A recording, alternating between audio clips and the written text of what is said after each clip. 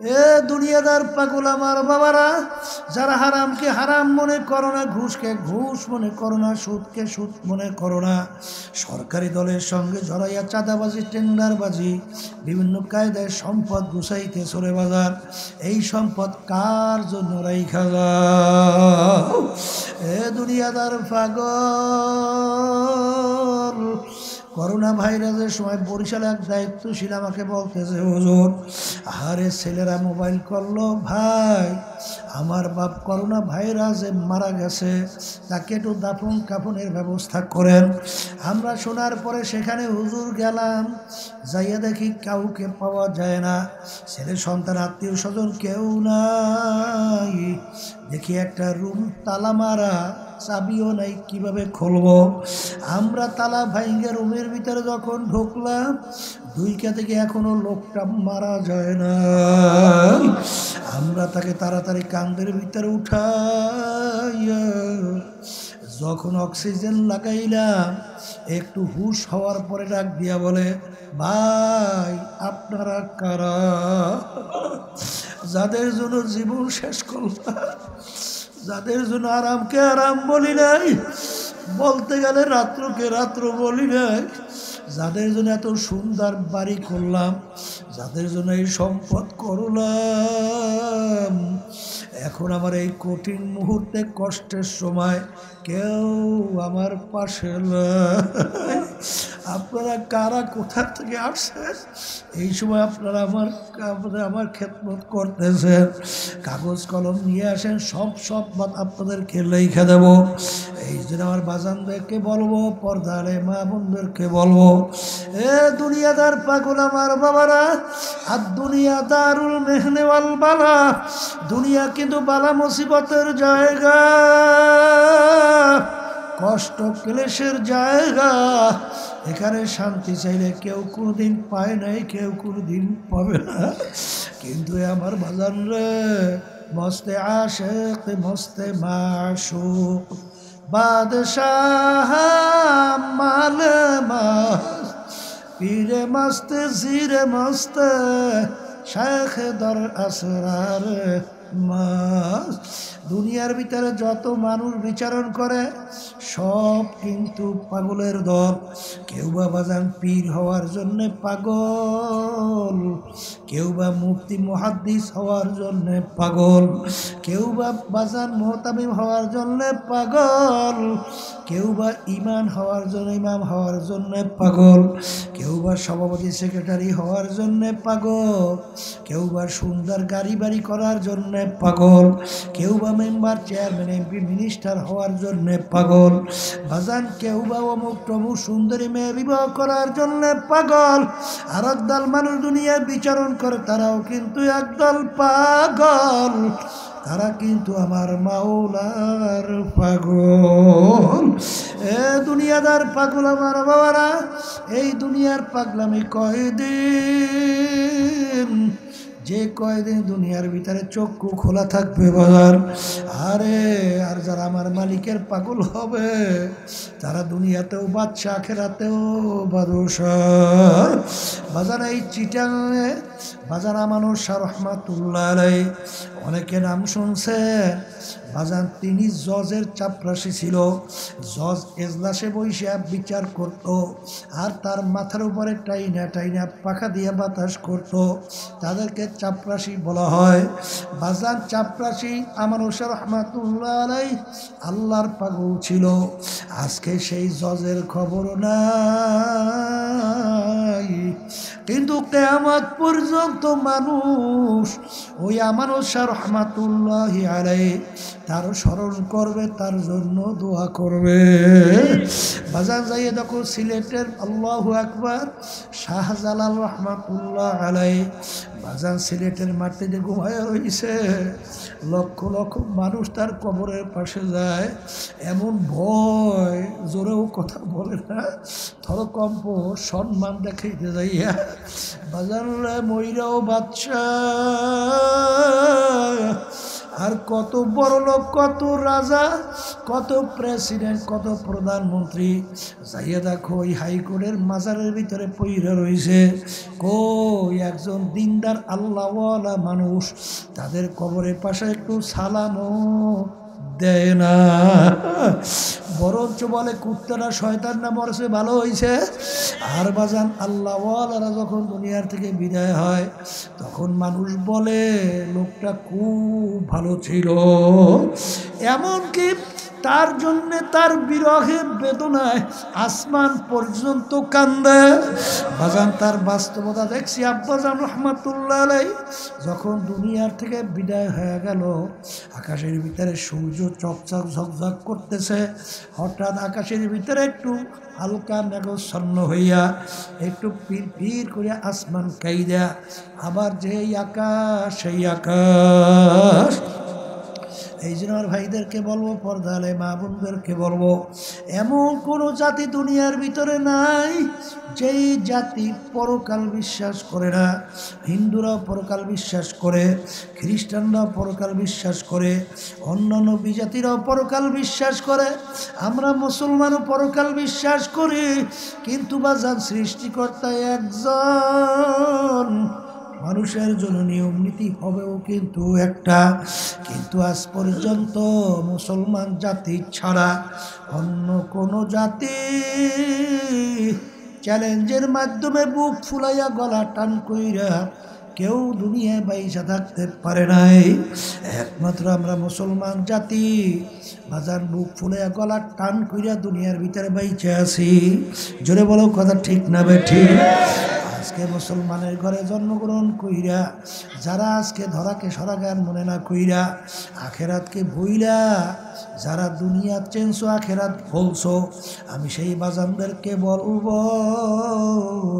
মুসলমানের ঘরে জন্মগ্রহণ কইরা খুদা না খাস্তা কিয়ামতের ময়দানে যদি জাহান্নামের শিকল হাতে পায়ে লাগে, এর চেয়ে কপাল পোড়ার সারে জাহানে হইতে পারে।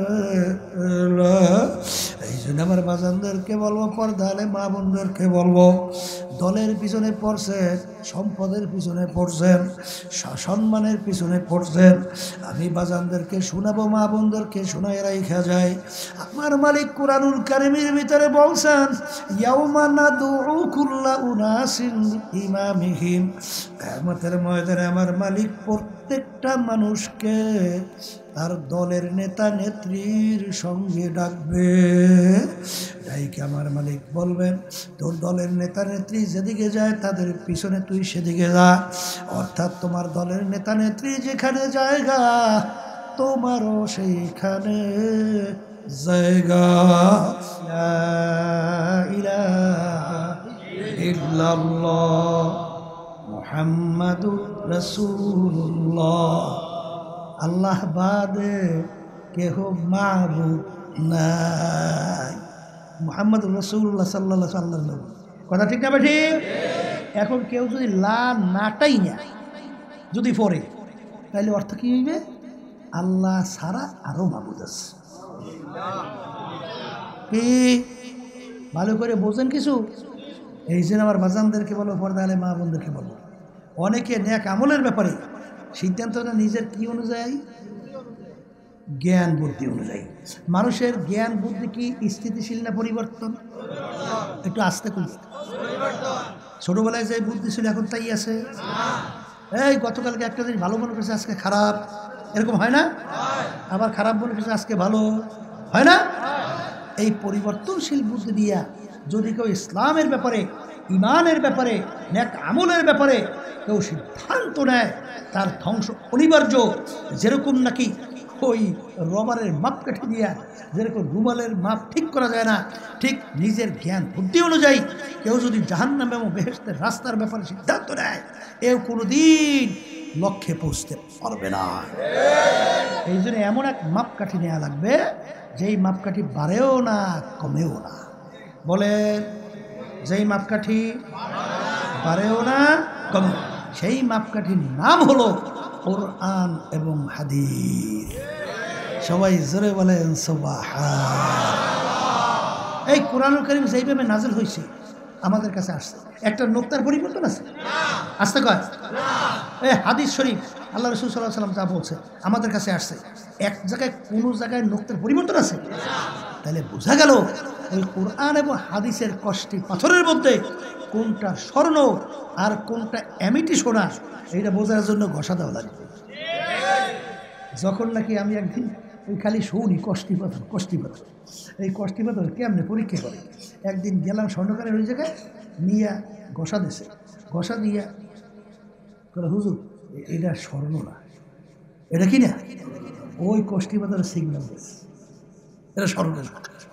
তা ঠিক সর্বনাই আলাদা কি বলে, আট্রসে কি বলে, দেওয়ানবাগ কি বলে, রাজারবাগ কি বলে, সুরেশ্বর কি বলে, এই মাইজভান্ডার কি বলে, আওয়ামী লীগ কি বলে, বিএনপি কি বলে, জাতীয় পার্টি কি বলে, এইটা নিয়ে ওই কোরআনুল কারীম এবং হাদিসের কষ্টি পাথরে ঘষা দেওয়া লাগবে। ঘষা দেওয়ার পরে কোরআন এবং হাদিস সিগন্যাল দিবে এইটা ঠিক এইটা বেঠিক। আর তোমার আমার ঠিক অনুযায়ী চলা লাগবে। যেটা বলেন কথা ঠিক কইছি না বেঠিক কইছি? এখন নেক আমল কোনটা এইটা বোঝার জন্য আল্লাহ রাব্বুল আলামিন প্রত্যেক নামাজের মধ্যে আপনাকে আমাকে শিক্ষা দেয়, ইহদিনাস সিরাতাল মুস্তাকিম। হে আমার মালিক, আপনি আমাকে সিরাতাল মুস্তাকিমে চালান। কোথায় চালাইবে?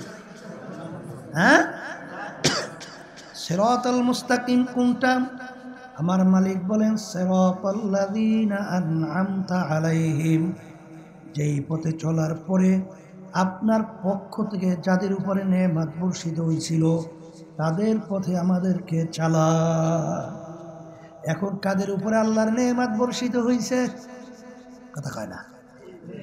এই অন্য আয়াতে আল্লাহ রাব্বুল আলামিন বলেন কষ্টি পাথর কোরআনুল কারীম, মিনান নাবিয়্যিনা ওয়াস সিদ্দিকিনা ওয়াশ শুহাদাই ওয়াস সালিহিন ওয়া হাসুনা উলাইকা রফিকা।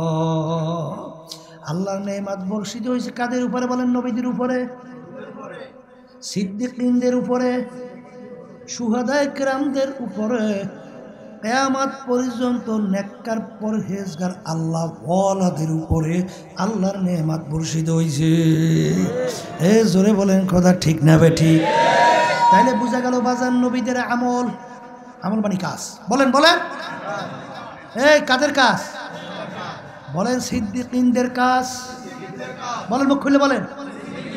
শুহাদায়ে কেরামদের কাজ, নেককার পরহেজগার আল্লাহ ওয়ালাদের কাজ।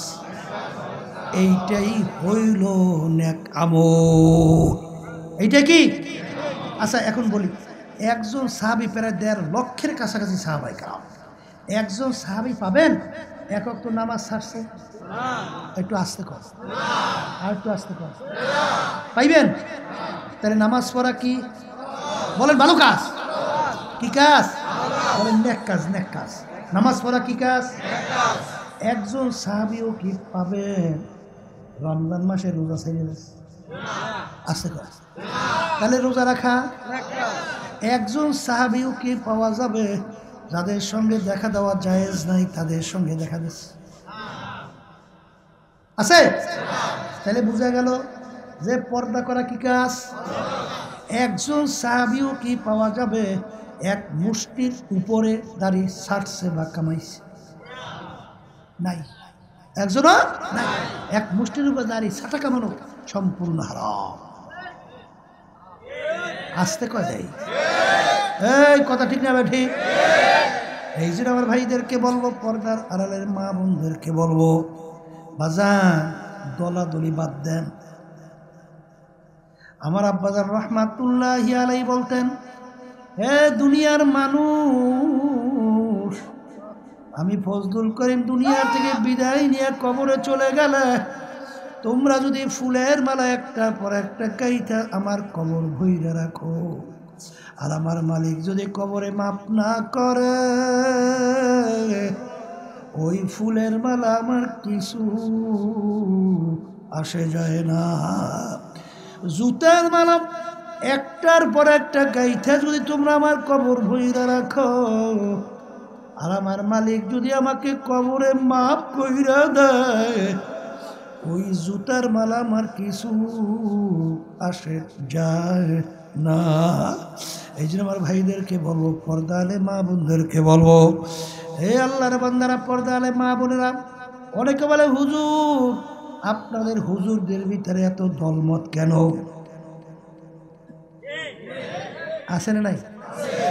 এই হুজুর দেখলি সবই হুজুর, এর মধ্যে খাজুর থাকতে পারে না? এই খাজুর থাকতে পারে না?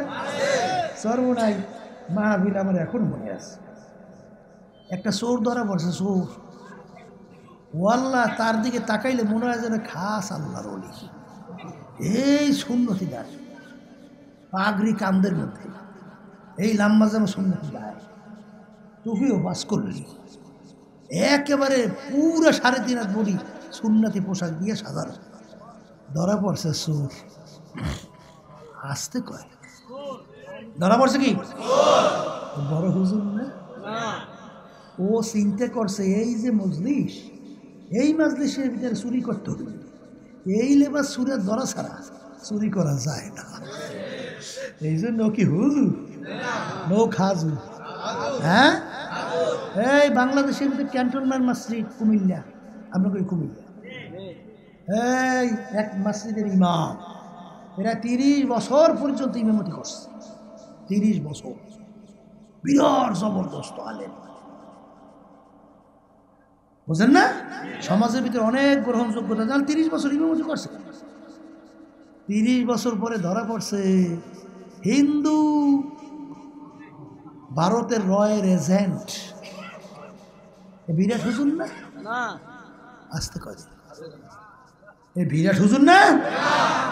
এই শুনছি তেমন মাদ্রাসা, একটা ছাত্র দেখতেও খুব সুন্দর, খুব মেধাবী, খুব ব্রেনি, টাকা পয়সারও খুব বড়, অল্প সময়ের ব্যবধানে ছাত্র উস্তাদদের খুব প্রিয় হয়ে গেছে, বুঝছেন? এরা 10 বছর ওখানে পড়াশোনা করছে। 10 বছর পর বলতে আছে, হজরত আমাকে মাফ করিয়ে দিয়ে, আমি পরিচয় দিয়েছিলাম আমার বাড়ি ফিলিস্তিন, হুজুর হুজুর আসলে আমার বাড়ি হলো ইসরায়েল, আমি একজন ইহুদি, আমাকে এখানে পাঠানো হয়েছিল তথ্য পাচার করার জন্য। তা আমি ছাত্ররা তথ্য পাচার করা যায় না, যেমন মেধা ভালো, দেখতে দেখতেও সুন্দর, টাকা পয়সারও বড়, তারা আমি সব তথ্য পাচার করে আমার কাজ শেষ, আমাকে মাফ করিয়ে দিন, আমি এখন আমার বাড়ি রওনা করব। কি কি সব হুজুর? হ্যাঁ, এরকম আছে না নাই? এই জন্য খালি হুজুর দেখলে কি গালাগালি করিয়েন না, এর মধ্যে খাজুরও কিন্তু আছে, জোরে বলেন। কারণ কি জানেন? এই বাংলাদেশের ভিতরে আল্লাহর রহমতে ইমানের গোডাউন আল্লাহ রাখছে না, শতকরা 100-এর ভিতরে 92 জনের মতো মুসলমান। এই দেশে মুসলমান সন্তানদের ইমান ধ্বংস করতে হইলে এইরকম যদি খাজুর না সাজে, তাইলে কি ইমান ধ্বংস করা যায়?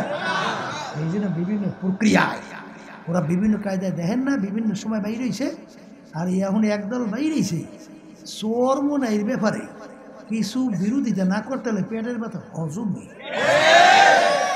আবার আর এক দল বাইরে হয়েছে চরমোনাইয়ের বিরুদ্ধে একটু বললে শুনতে একটু মজা মজা লাগে, কথা ঠিক? এ আল্লাহর বান্দারা, এই পরিচয় কবরে যদি যাইয়া কেউ দাও আমি চরমোনাইয়ের মুড়ি, মাপ পাবা? হ্যাঁ, যদি এবার আমি চরমোনাইয়ের মুড়ি মাপ পাবা? তাহলে চরমোনাই লইয়া যে লাগছো। আমি আমার বাজানদেরকে বললাম, পর্দালে মা বোনদের বলছি, এই চরমোনাইয়ের যাওয়ার পরে নামাজি মানুষগুলো কি বেনামাজি হয়ে যায়? হ্যাঁ, যেই মানুষগুলো আগে সুন্নাত তরিকার উপরে মজবুতভাবে চলতো, চরমোনাই যাওয়ার পরে তারা কি সুন্নাত ছেড়ে দেয়? আসতে পারে। এই যারা আগে ঘুষ খাইতো না, সুদ খাইতো না, এখন চরমোনাই যাওয়ার পরে ঘুষ সুদ খাওয়া শুরু করছে। এই যারা নাকি আগে বিভিন্ন কায়দায় চরিত্র ভালো ছিল, খুব আদবওয়ালা ছিল, চরমোনাই যাওয়ার পরে সব বেয়াদব হয়ে গেছে। তাহলে চরমোনাই যাওয়ার পরে কি হয়? বেনামাজি মানুষগুলো আল্লাহর ফজলে নামাজি হয়ে যায়, কথা কয় না? এই কয়েক বছর পূর্বে সিলেট থেকে সুনামগঞ্জ, সিলেটের সুনামগঞ্জ জেলা, কালু ডাকাইদের নাম শুনছেন? কালু ডাকাত, এই সর্বনাই মুজাহিদে তাকে বিভিন্ন কায়দায় দাওয়াত টাওয়াত দিয়ে নিয়ে গেছে সর্বনাইয়ের ময়দানে। আমি লোকজনের সঙ্গে দেখা করতেছি, একজন আমাকে বলে, হুজুর কালু ডাকাত নিয়ে আসছি। পিছনে তাকাইয়ে দেখি ওমর মাওলা। এইরকম দৃশ্য আমার জীবনে আমি আর দেখিনি। বলে, হুজুর তা কেমন? মোষ এইরকম মোটা, এইটা ঘুরাইয়া কানের ভিতরে এরকম, এই বিশাল সুরাত না দেখলে বোঝা যাবে না। এরপরে চুল প্রায় কান্দা পর্যন্ত কালা মেসপিসে, লোকও সেরকম এইরকম বিরাট চেহারা, চোখ দুটো বড় বড়, চেহারাও সেইভাবে কালা, বুঝছেন? শরীরটা এইরকমভাবে কায়দার মানে মোটা টাটা, বুঝছেন? ওদিকে পোশাক পরছে, পরনেও কালা, গায়েও কালা, চুলও কালা, মোষও কালা, চোখ দুইটা লাল। আমি তাকাই করে, আল্লাহ এরকম সুরতের মানুষও আছে দেখেটাই কি আমি আল্লাহ। ওই কালু ডাকাত ওই সর্বনায়ের ময়দানে আল্লাহর হজরত 3 দিন 3.5 দিন থাকার পরই কালু ডাকাতের চোখ থেকে পানি দর দর করিয়া বের হওয়া শুরু হয়ে, ওই চরমানের ময়দানে চুল কাইটা সুন্নাত তরিকায় চুল রাখা শুরু করল। ওই কালু ডাকাত আল্লাহু আকবার ওই পোশাক চাইরা লম্বা জামা গায়ে দিস, এরপরে পাগলি একটা লইয়া মাথার ভিতরে বাঁধস। এখন সরমনের ময়দানে ঘোরে আর মালিকের দরবারে ফিরা ফিরা ডাক দেয় আর কান্দে। ভালো হয়েছে না খারাপ হয়েছে? ভালো হয়েছে। আসতে কয় এইবার সিলেট গেলাম, সেদিন কালু দেখাইতে লাগে দেখা, মনে হয় যেন বুঝা যায়, মনে হয় আল্লাহর বলি হয়েছে। আল্লাহু আকবার। ভালো হয়েছে না খারাপ হয়েছে? হ্যাঁ, এ কপাল পোড়া, যেই বাতি আমার মাওলা জ্বালাবে ওই বাতি নিবাবার শক্তি কারণা। যদি ওই বাতি কেউ নিবাতে চাও, তোমার সসমস পুইরা ধ্বংস। আল হাসাদু ইয়াকুলুল হাসানাত কামা ইয়াকুলুন নারুল হাতাব আও কামা ক্বালা আলাইহিস সালাতু ওয়াস সালাম। আল্লাহ রাসূল সাল্লাল্লাহু আলাইহি ওয়াসাল্লাম বলেন, যার ভিতরে হিংসা থাকবে তার নেকিগুলো এইভাবে ধ্বংস হয়ে যাবে, যেরকম নাকি বোঝাইকৃত লাকড়ি এক পাশ থেকে যদি আগুন ধরাইয়া দেওয়া হয়, আগুনের কাজ কি লাকড়ি পুরাইয়া ছাই কইরা দেওয়া।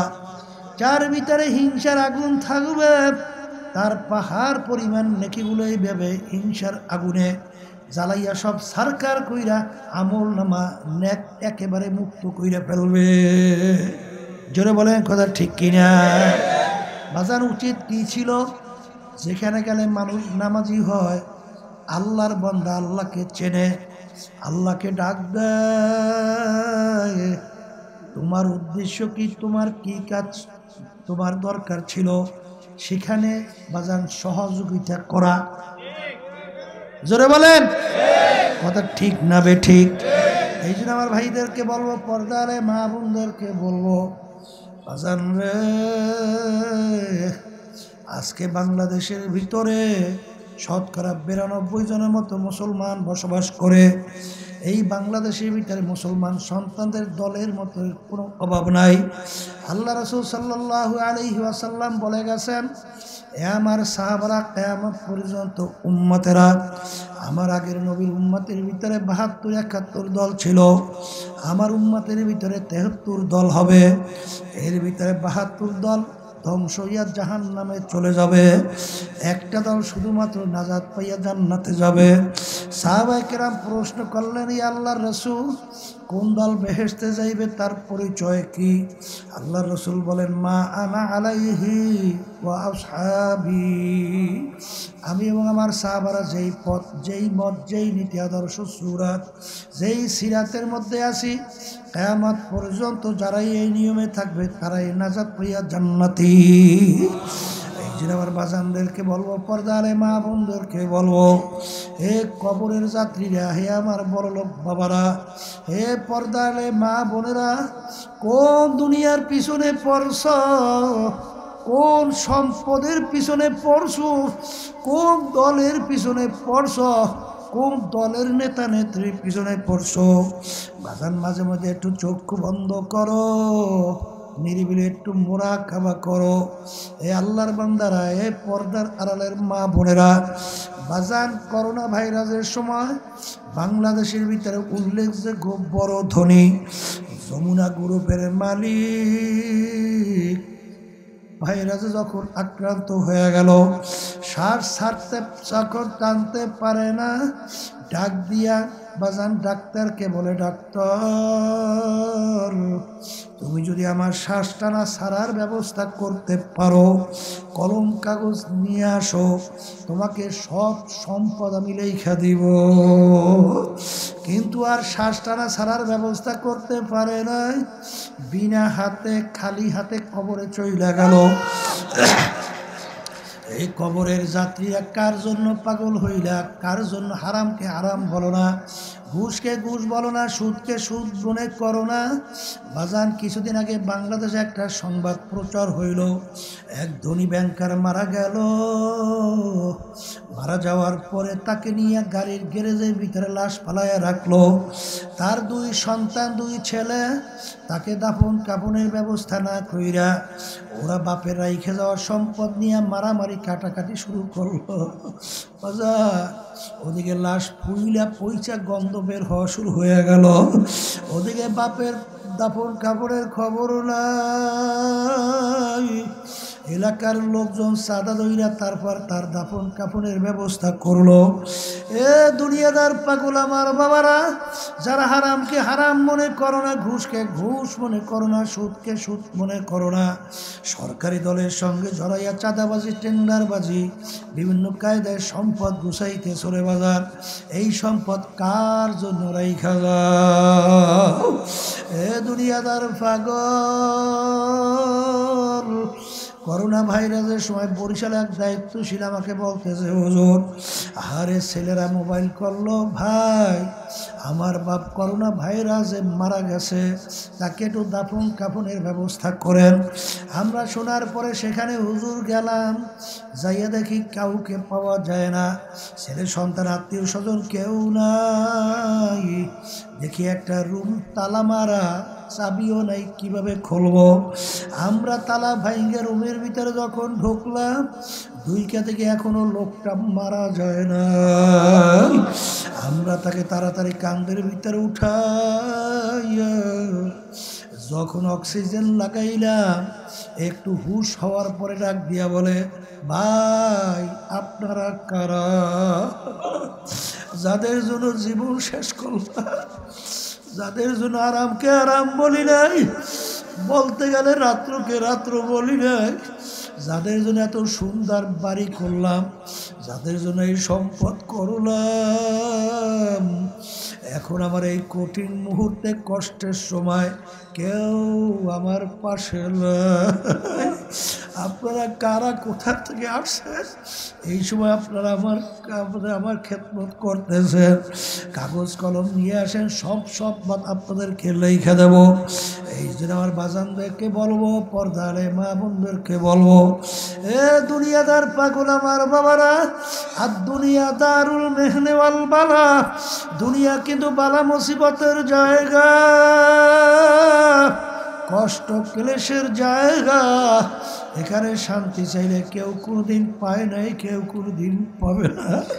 কিন্তু আমার বাজান রে, মস্তে আশেক মস্তে মাশুক, বাদশাহ মালে মাস্ত, পীরে মস্ত জিরে মস্ত, শেখ দর আসরার মাস্ত। দুনিয়ার ভিতরে যত মানুষ বিচারণ করে সব কিন্তু পাগলের দল। কেউ বা বাজান পীর হওয়ার জন্যে পাগল, কেউ বা মুফতি মুহাদ্দিস হওয়ার জন্যে পাগল, কেউ বা বাজান মুহতামিম হওয়ার জন্যে পাগল, কেউ বা ইমাম হওয়ার জন্যে পাগল, কেউ বা সভাপতি সেক্রেটারি হওয়ার জন্যে পাগল, কেউ বা সুন্দর গাড়ি বাড়ি করার জন্যে পাগল, কেউ বা মেম্বার চেয়ারম্যান এমপি মিনিস্টার হওয়ার জন্যে পাগল, বাজান কেউ বা অমুক টমুক সুন্দরী মেয়ে বিবাহ করার জন্যে পাগল। আর একদল মানুষ দুনিয়ায় বিচরণ করে তারাও কিন্তু একদল পাগল, তারা কিন্তু আমার মাওলার পাগল। এ দুনিয়াদার পাগল আমার বাবারা, এই দুনিয়ার পাগলামি কয়দিন, যে কয়দিন দুনিয়ার ভিতরে চক্ষু খোলা থাকবে বাজার, আরে আর যারা আমার মালিকের পাগল হবে তারা দুনিয়াতেও বাদশা আখেরাতেও বাদশাহ। বাজার এই চিটাঙে বাজার আমানুর শাহ রহমাতুল্লাহ আলাইহি, অনেকে নাম শুনছে বাজান, তিনি জজের চাপরাশি ছিল।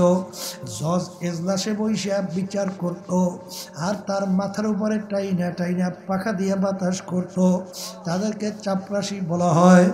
বাজান চাপরাশি আমানুর শাহ রহমাতুল্লাহ আলাইহি আল্লাহর পাগল ছিল। আজকে সেই জজের খবর নাই, কিন্তু কিয়ামত পর্যন্ত মানুষ ওই আমানুর শাহ রহমাতুল্লাহ আলাইহি তার স্মরণ করবে, তার জন্য দোয়া করবে। বাজার যাইয়ে দেখো সিলেটের আল্লাহু আকবার শাহজালাল রহমাতুল্লাহ আলাইহি বাজার সিলেটের মাটিতে ঘুমায় রয়েছে, লক্ষ লক্ষ মানুষ তার কবরের পাশে যায়, এমন ভয় জোরেও কথা বলে না, থরকম্প সম্মান দেখাইতে যাইয়া বাজার ময়রাও বাদশাহ, আর কত বড় লোক, কত রাজা, কত প্রেসিডেন্ট, কত প্রধানমন্ত্রী যাইয়া দেখো ওই হাইকোর্টের মাজারের ভিতরে পইরা রয়েছে। কই একজন দিনদার আল্লাহওয়ালা মানুষ তাদের কবরের পাশে একটু সালামও দেয় না, বরঞ্চ বলে কুত্তারা শয়তান না মরছে ভালো হয়েছে। আর বাজান আল্লাহওয়ালারা যখন দুনিয়ার থেকে বিদায় হয় তখন মানুষ বলে লোকটা খুব ভালো ছিল, এমনকি তার জন্যে তার বিরহে বেদনায় আসমান পর্যন্ত কান্দে। বাজান তার বাস্তবতা দেখছি। আব্বাজান রহমাতুল্লাহ আলাইহি যখন দুনিয়ার থেকে বিদায় হয়ে গেল, আকাশের ভিতরে সূর্য চকচক ঝকঝক করতেছে, হঠাৎ আকাশের ভিতরে একটু হালকা মেঘাচ্ছন্ন হইয়া একটু পির করে আসমান কাইদা, আবার যেই আকাশ সেই আকাশ। এই জন্য আমার ভাইদেরকে বলবো, পর্দালে মা বোনদেরকে বলবো, এমন কোনো জাতি দুনিয়ার ভিতরে নাই যেই জাতি পরকাল বিশ্বাস করে না। হিন্দুরাও পরকাল বিশ্বাস করে, খ্রিস্টানরাও পরকাল বিশ্বাস করে, অন্যান্য বিজাতিরাও পরকাল বিশ্বাস করে, আমরা মুসলমানও পরকাল বিশ্বাস করি। কিন্তু বাজান সৃষ্টিকর্তা একজন, মানুষের জন্য নিয়ম নীতি হবেও কিন্তু একটা। কিন্তু আজ পর্যন্ত মুসলমান জাতি ছাড়া অন্য কোনো জাতি চ্যালেঞ্জের মাধ্যমে বুক ফুলাইয়া গলা টান কইরা কেউ দুনিয়ায় বাইসা থাকতে পারে নাই। একমাত্র আমরা মুসলমান জাতি বাজার বুক ফুলাইয়া গলা টান কইরা দুনিয়ার ভিতরে বাইচে আছি। জোরে বলো কথা ঠিক না বেঠিক? আজকে মুসলমানের ঘরে জন্মগ্রহণ কইরা যারা আজকে ধরাকে সরাগান মনে না কইরা আখেরাতকে ভুইলা যারা দুনিয়া চেনছো আখেরাত বলছো, আমি সেই বাজানদেরকে বলবো, মুসলমানের ঘরে জন্মগ্রহণ কইরা খুদা না খাস্তা কিয়ামতের ময়দানে যদি জাহান্নামের শিকল হাতে পায়ে লাগে, এর চেয়ে কপাল পোড়ার সারে জাহানে হইতে পারে। এই জন্য আমার বাজানদেরকে বলবো, পর্দালে মা বোনদেরকে বলবো, দলের পিছনে পড়ছেন, সম্পদের পিছনে পড়ছেন, সম্মানের পিছনে পড়ছেন, আমি বাজানদেরকে শোনাবো, মা বোনদেরকে শোনাই রাইখা যায়। আমার মালিক কুরআনুল কারীমের ভিতরে বলছেন, ইয়াউমা নাদউ কুল্লা উনাসিন ইমামিহিম, কিয়ামতের ময়দানে আমার মালিক প্রত্যেকটা মানুষকে তার দলের নেতা নেত্রীর সঙ্গে ডাকবে। ডাইকে আমার মালিক বলবেন, তোর দলের নেতা নেত্রী যেদিকে যায় তাদের পিছনে তুই সেদিকে যা, অর্থাৎ তোমার দলের নেতা নেত্রী যেখানে জায়গা তোমারও সেইখানে জায়গা। আমি বলছি না, আল্লাহ বলছেন। আবার জোরে বলো, কে বলছেন? আমার ভাইদেরকে বলবো, পর্দা আলে মা বোনদেরকে বলবো, আমি আপনাদের জন্য দোয়া করি, দোয়া চাই। মালিক যেন আমাকে আমাদের সকলকে ঈমান মজবুত কইরা নেক আমল কইরা দুনিয়া থেকে বিদায় নিয়ে কবরে যাওয়ার তৌফিক দান করে।